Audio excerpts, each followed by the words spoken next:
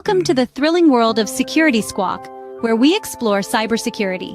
Guiding you through online threats, we'll aid you in understanding safety protocols and trends. Meet our gurus, Bryan from Exact IT, Reginald from Arc Solvers, and Randy from Tech Rescue. Together, we'll delve into current events and hot cybersecurity topics, helping you comprehend their impact. Stay informed, stay secure.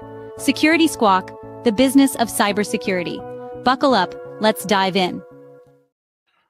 What's up, everyone? Welcome to the Security Squawk podcast. I'm Bryan Hornung here with Reginald Andre and Randy. Bryan, what's up, guys? How you doing? Good morning. Doing well. What's happening? All right, guys. This week we got three stories that all come back to one uncomfortable idea, and that's the way your business isn't. The business isn't a clever piece of software anymore, right? We just talked about that in the green room, how everything is just kind of expanding out there with AI. And this world we're living in is really becoming down to the people you trust, right? When it comes to building AI tools, when it comes to cybersecurity, and really just everyone around there who's involved in the systems, right? That help us run our businesses and do the things that we do. We're going to poke holes in a lot of things today to show you, like, support from inside your own businesses, from governments that aren't supporting or aren't, speaking the same language that they put in the laws when the government's, in charge of things like hospitals and making sure hospitals are running right. We're not seeing that stuff happening, and we're going to highlight that today, right? So hackers, we're going to talk about hackers walking out with fingerprints from hospitals and 6 million people. Randy, you're going to bring us about the Carnival breach, which sounds simple on the surface, sounds like what kind of information could a leisure company have on you? Well, you travel to foreign countries, so they probably have a lot, and we're going to get into that today as well. And Andre, you're going to close this out with one thing that I think every business owner should peek up from their desk and pay attention to. So we'll get into that as well, because it's a new take on kind of how we look at cybercrime. And it'll be interesting to see how that plays out in the future attacks, right? So welcome to Security Squawk. I'm going to get into it with my show, or with my topic, this New York Health Hospital story, guys. Hackers stole fingerprints and medical data on 1.8 million people in the state of New York. And I don't think anybody's really talking about this story. So, at the end of the day, you got, a major hospital in New York City, right? And they have a vendor who they trusted, and unfortunately that failed them. And the result of that is 1.8 million people's information being spewed out on the dark web. And now everybody's scrambling to say, what the heck happened here, right? So the hospitals, they did the notifying. The hospitals' names are in the headlines, but the door was left open by somebody else. And that's something that we've kind of been talking about on this show for the last 6 to 8 to 9 months, right? If you guys got to remember, if your customer data lives with a vendor, their bad nightmare, their problem becomes your breach notice, becomes your public relations nightmare. Mm-hmm. And that's what we're seeing here. So the bigger problem I have here, guys, is, like, we talk about data breaches and information being stolen all the time, right? Social security numbers. If you really want to, and things got that bad, you can get your social security number changed, right? You can get your credit card number changed. You can get your bank account numbers changed. You can change a lot of information that when it becomes public, you can change that, right? What you can't change is your biometrics, your DNA, your fingerprints, right? And when that stuff gets out there, that's not changeable, right? And I don't know if you guys agree with this statement or not, but at the end of the day, prior to AI, I would think, like, that 23andMe breach, the DNA information, the fingerprints being out there, guys, not such a big deal. But now that we can see what AI can do, I'm getting severely concerned as to why somebody would want fingerprint data in the first place, right? And what do they see as what they can do with that in the future? And maybe, Randy, your brain tends to work a little bit better than mine in that sense, in terms of what can happen down the road with fingerprint data. So I'm going to bring you in and kind of say, hey, what do you think here? What do you think behind?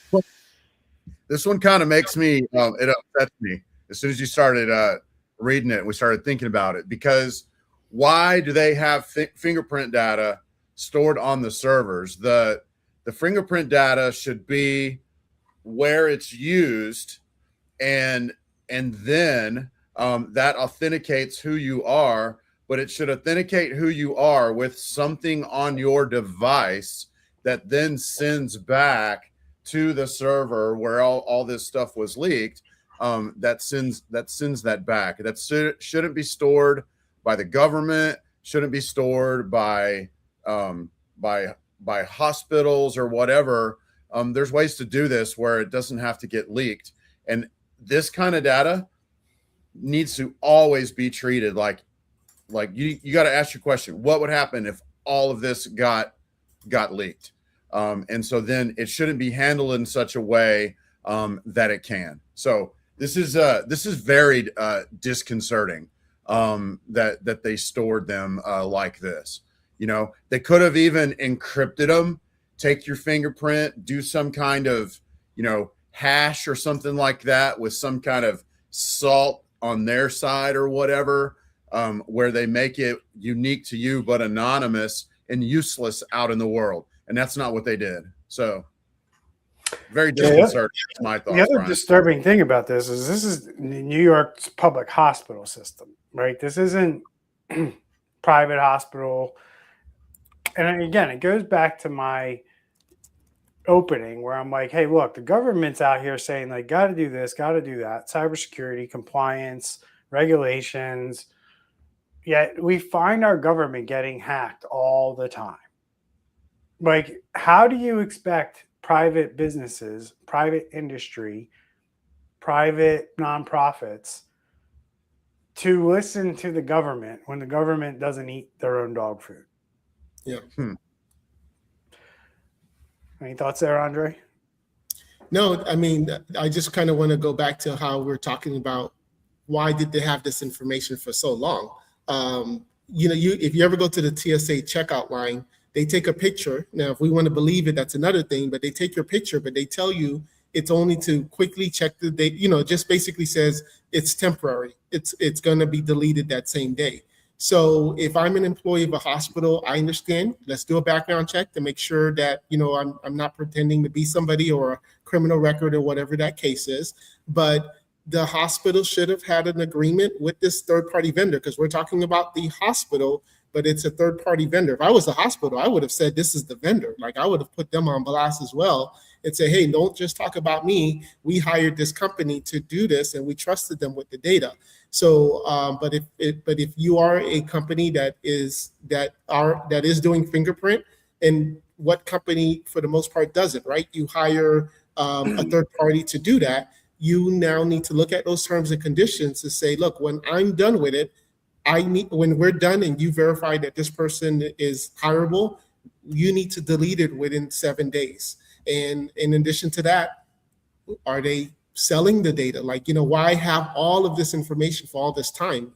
So that's another thing too, is, are they using it in marketing the data, or, just using like, hey, this amount of people are applying? Like, what are they doing with this data that they have to store for so long?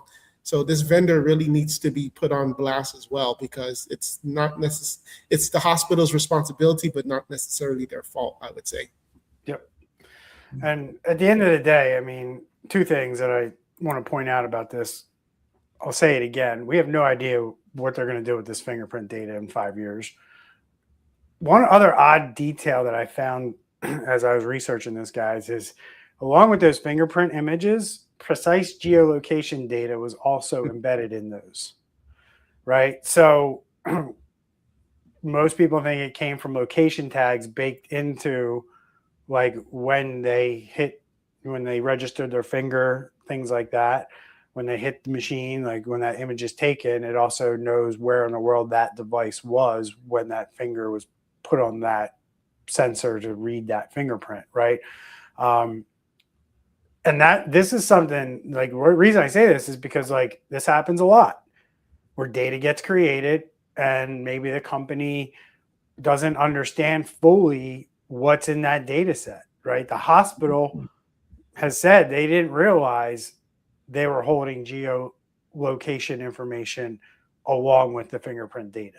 So that was news as you're learning. When the lawyers dig in, they dig in deep, right? Hey, oh, whoa, look, this is over here too, right? And as they're bringing this stuff out in some way through an investigation or through discovery, that's when these companies are finding this out. And, they're like shocked, like, oh my God, like, we didn't know that was happening either. Mm-hmm. Right. So you got to be careful, right? Because apparently the companies that are making the software aren't telling you everything that they're up to. Yep. And you're not asking the questions. So Yep. what are we learning here? That we probably just need to ask better outsource questions when we hire our Yeah, vendors, exactly. right? Instead of hiring our uncle's friend, we might want to hire a company that does things the right way. And there's a lot of that going on out there, right? See it in our government right now with drone purchases, right? Giving contracts to our friends and not the companies that probably deserve it, which is crazy. Yeah. All right. All right, guys, move right along. Carnival here. Cruise ship line. Randy, this is your story, right? Yep. So what's happening here? Carnival Cruise, obviously big ship outfit, one of the biggest in the world. Had a little bit of a problem. What happened? Yeah, so they had a breach. Once again, it is Shiny Hunters, who we've mentioned a lot over the last 6 months. I haven't seen exact news. Was it Salesforce or not? But that's who Shiny Hunters has been getting into a lot lately. But in this particular case, they took things that included dates of birth, email addresses, names, physical addresses, phone numbers, and the big kicker, government issued IDs. And so we're talking 6 million. And here's the crazy thing is, according to official reports, this was one account, one employee, that Shiny Hunters was able to use their skills with social engineering, where either they're faking a voice, they're pretending to be IT or something along those lines. They're trying to basically make you think they're someone that they're not. And it's usually in a conversation, like on a phone call. But anyway, using those skills, they were able to commandeer one account. And when they got into that one account, then they were able to get 6 million records out of there. It kind of makes me wonder, though, like, I know the last one that we talked about, pretty egregious. Why are you storing biometrics in the first place? And then let's say you had to, which you don't. Why are you storing them long term? And then that begs the question here: how long had these government IDs? How long had those been stored here? Is there not a better way to do that? Is there not a better way that would make your customers more secure? That's kind of what really jumped out at me about this. Is not so much the government IDs, but the fact that it was one employee account that they breached. I want to hear what y'all's thoughts are on this. Man, this is a $26 billion company. March 2020 breach, August 2020 ransomware, December 2020 they had a ransomware, June 2021 they had a breach, and now here we are with another breach. So they have security teams, they have the best tools, they have the budget. Sounds like they're having a carnival in the IT department or a carnival. Yeah, man, they're using their friends and family discounts to not work, but this is totally unacceptable.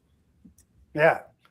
Good point. They've been hit multiple times. 2022, regulators hit them on a $5 million penalty. There was a $1.25 million multi-state settlement. I mean, how do these companies stay in business? Like, Jesus. I mean, like, paying all these fines. Buying. We keep on buying, man. Like, We're buying and paying the settlement. Crazy. I mean, so anyway, I agree with you, Shiny Hunters. Sounds like Salesforce again. They're not saying. I can't find it anywhere. Interesting thing. They broke in on April 10th. It looks like the theft was confirmed on the 22nd. They recognized something was amiss on the 14th. The confirmation was the dark web leak, and then customers got told at the end of May. So basically, your information was already on the dark web. You could have found it yourself before you got notified from the company.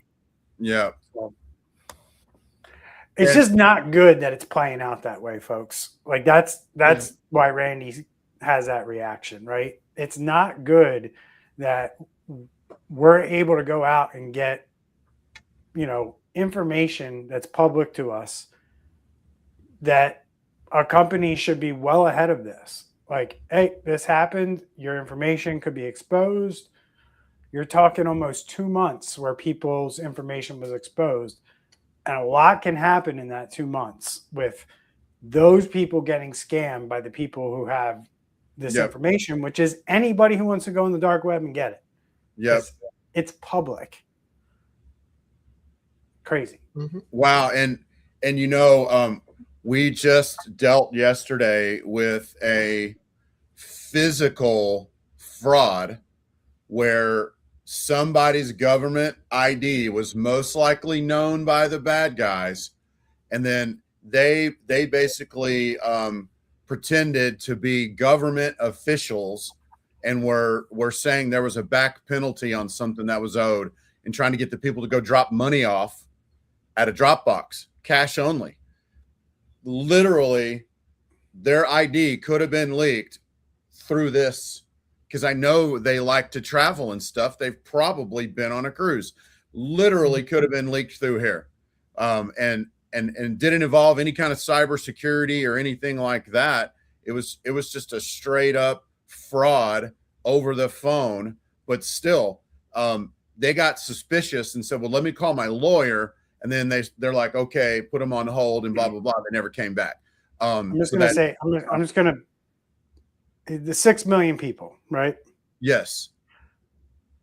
What are the chances that 1, 2, 10 of those 6 million people are maybe dealing with something with the IRS right now? Exactly. Right? They're in the middle of dealing something with the IRS. They're in the middle of buying something and it's coming via UPS, right? They have a Chase credit card, right? They just happen to be one of those people who is dealing with a situation right now, right? I just filed, a lot of people just filed their taxes, right? First 3 months of the year are probably the biggest time that most people get scammed with IRS scams, right? Because if you get a call in August, you're like, it's August. I filed my taxes 6 months ago. I'm on vacation. Leave me alone. But if it's April, like, oh, fuck yeah, I just filed my taxes. Why are they calling me? First off, the IRS would never call you, but people don't think that way. They're like, oh, yeah, I got to answer that call. I had a call come up on my cell phone the other day. It said IRS. It was a 973 number. I'm like, that ain't the IRS. So I didn't answer it, right? They're very good at spoofing the caller ID too, right? So just because it says IRS on your phone, that can be spoofed. That can be faked. So be aware. I wouldn't answer either way. And this is what they do, guys. They go on the dark web. They find some information. They put your name into a machine that starts calling these phone numbers. And when you pick up, that's when the scammer on the other end of the line picks up too. So it's all automated. They're just going through 6 million names until they get somebody to pick up on an IRS call. Air quotes. Yep. Right? This is happening every day. Guys, are companies, nasty people, mean people, scammers are going on the dark web. They're finding this information and they're coming up with a scam. Hey, let's run these 6 million names and numbers through our little IRS program that fakes people and thinking it's the IRS calling them. Yeah. Just like, my company markets to companies who we think want to do IT services. It's literally the same process. You send out emails, you send out text messages, and you hope they respond. And we got to put the word AI in there, and AI is making it much easier 100%. to get a robot voice, or not necessarily a robot. AI is just making everything easier, Andre. Yeah. AI is just making it easier to find the right people. Maybe I can go through this 6 million and find out who's dead and alive using AI in about 3 seconds, right? Mm-hmm. Maybe I can go through this list and say, who's in the United States that I can scam with IRS, right? Maybe I can run it against some kind of soft credit pool and say, okay, tell me which people have good credit and which ones don't. And part of reason why I brought up the offline scam, if you will, was that this data, it appears, was out there on the dark web for what, a month and a half before the people were ever notified. Right. And if they were notified a couple days ago and they read the notification, now they know somebody's got their ID. Right. Is probably not the DM, or may not be the DMV or the IRS or whatever. 100%. That's the point. It's like the company's got to get the heads up to these people. So when they get the call on their phone from the IRS or the Department of Motor Vehicles, they go, wait a minute, but without that notification, there's no wait a minute. It's I'm buying a car right now. I need to talk to these people. Right. And then next thing you know, you're talking to somebody who goes, oh, I'm so stupid. I should have known better. I can't believe I fell for that. Literally the conversations that I have with people on a weekly basis who get scammed and hacked and who want to tell me about it because they know what I do for a living. Mm-hmm. And that's reality. And that happens all the time. So just don't let it be you. Be aware, be vigilant, and make sure you understand that our government right now and companies, when it comes to this stuff, don't really have your best interests at heart. All right, moving right along. Because this one's interesting, Andre. Good find here, sir. Very interesting story here. I'll let you take it away. But one breach can start with one polite phone call, as we mentioned, right? And you have control of who calls you and who doesn't call you, right? But let's get into this story, Andre, where we're talking about a phishing email and a fake IT phone call. When they don't work, this crew will actually send humans to your office. Do I have that right? Yeah, I had a hard time believing it. So we have the SRG, which stands for the Silent Ransom Group, and they're impersonating IT personnel. And there's right now the FBI saying that they're targeting law firms. And the more I thought about it, the more I realized that, this is a really good idea. Because what you basically do is you do that phone call. You say, hey, this is Mike from IT. We detected a suspicious activity on, your workstation. We're going to send a technician to verify your computer isn't compromised. Let the reception know. 20 minutes later, professional person arrives. They got a polo shirt, a badge, a laptop. They know about the name. They know the office location, and they have this little trusty USB drive in their hand. And the reception is expecting them. The employee is expecting them, and nobody's thinking twice. So now, as I'm starting to think, we're thinking, we always want to make sure we have the firewalls and the EDRs and the MFAs to stop. But what happens when the employee lets the person in? And what I'm thinking is like most businesses, if you're walking into office building, there's cameras there. If you're walking into the individual person's suite, there's a camera there. There may be a sign in where you got to take a pen and, with today's technology, how do you just have somebody, you're face to face with that person. And I think that's a very risky thing for these cyber criminals to actually say, we're going to go in and impersonate ourselves, because all they have to do is put that on the news and everybody's going to be like, yeah, that's Joe that did this crime. Well, it turns out what they most likely are doing is they're hiring gig workers. So the gig workers don't even know about the scam. So they may, I don't want to say, well, let's not say any of those companies, but there are companies where you can hire somebody for a task, and you can just say, hey, we have this office in this location. We're going to pay you $55 or whatever the dollar amount is. Go ahead and do this. They're going to be helping you, but just act as you're part of this company or third party, or, you just don't give them as much information, and you go give them that task. So if they get caught, all they're going to say is, yeah, I spoke to this guy and this was his phone number and he's supposed to pay me. But that person really doesn't know how big this goes up the line. And I think that's probably what they're doing, and they're seeing that it's actually working. Wow. Yeah. That is super crazy. And that there's a lot of the small time fraud uses, I'm talking like the Indian scammers and using AnyDesk on your computer and all that stuff.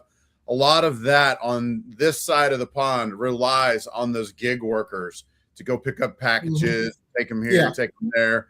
And it's almost like now the ransomware people have taken a page off the playbook of the Indian scammers and, have basically combined that into bringing in, gig workers or whatever. It's a little disturbing, man.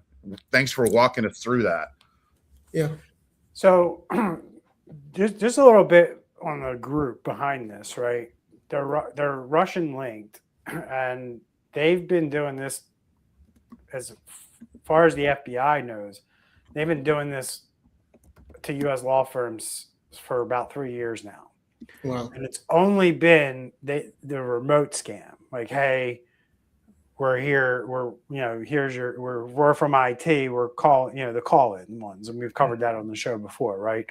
We know of MGM got hacked that way, right? Where these groups call in and say they're from IT, and somebody gives them access to the machine, right? So this is the same group. They're literally just sending people to the door because the call-ins aren't working. So let's try sending people to the door and say, hey. Yep. So if you didn't call for IT and you didn't ask for somebody to come on site, you got to be aware that this is happening, right? Because in our world, you would know there's a process you go through. You would know somebody's coming on site and why they're coming. Right. In these cases, somebody's just showing up saying, hey, I'm here from IT. You have a problem. And they're like, oh, okay, you're here from IT. Great. There's no process for that company to check. Now, let's talk about who's vulnerable here, guys. Right? Any company that uses an MSP is vulnerable to this. Yep. Mm-hmm. Somebody could have a badge made up with my company name, your company name on it, and walk in and say, I'm from here. This is 100% why we don't put our clients' names on our website. We get marketing people to come to us all the time. Oh, you got to put your client and get testimonials on your website. Yeah, no, thanks. We've done that, and we see what happens when you do that. Mm-hmm. Like, we've tried that marketing angle. It doesn't bring in any business. And now people know who I'm doing business with. And then one or two things happen from that. The hackers try to get to them, or my competitors try to get to them. Right.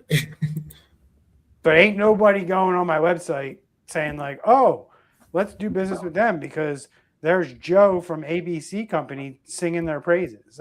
It just doesn't work like that. And we know that. So like, that's marketing, teaching from the stage and not knowing what actually works out there. It sounds good on paper, but you actually do it in an MSP, it can backfire a lot of different ways. And this is one of them. The other vulnerability I see out there is companies that are spread out throughout the country, throughout the world, right? And they have IT centralized somewhere in a location, right? Yep.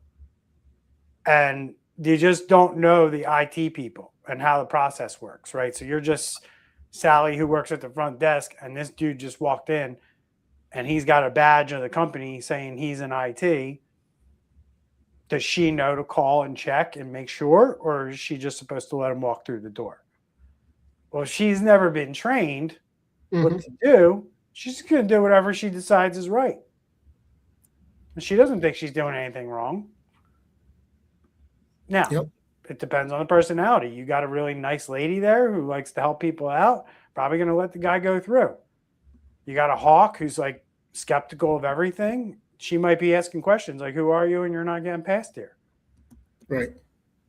But I wouldn't want my company's security to rely on whether my front desk person is having a good day or not.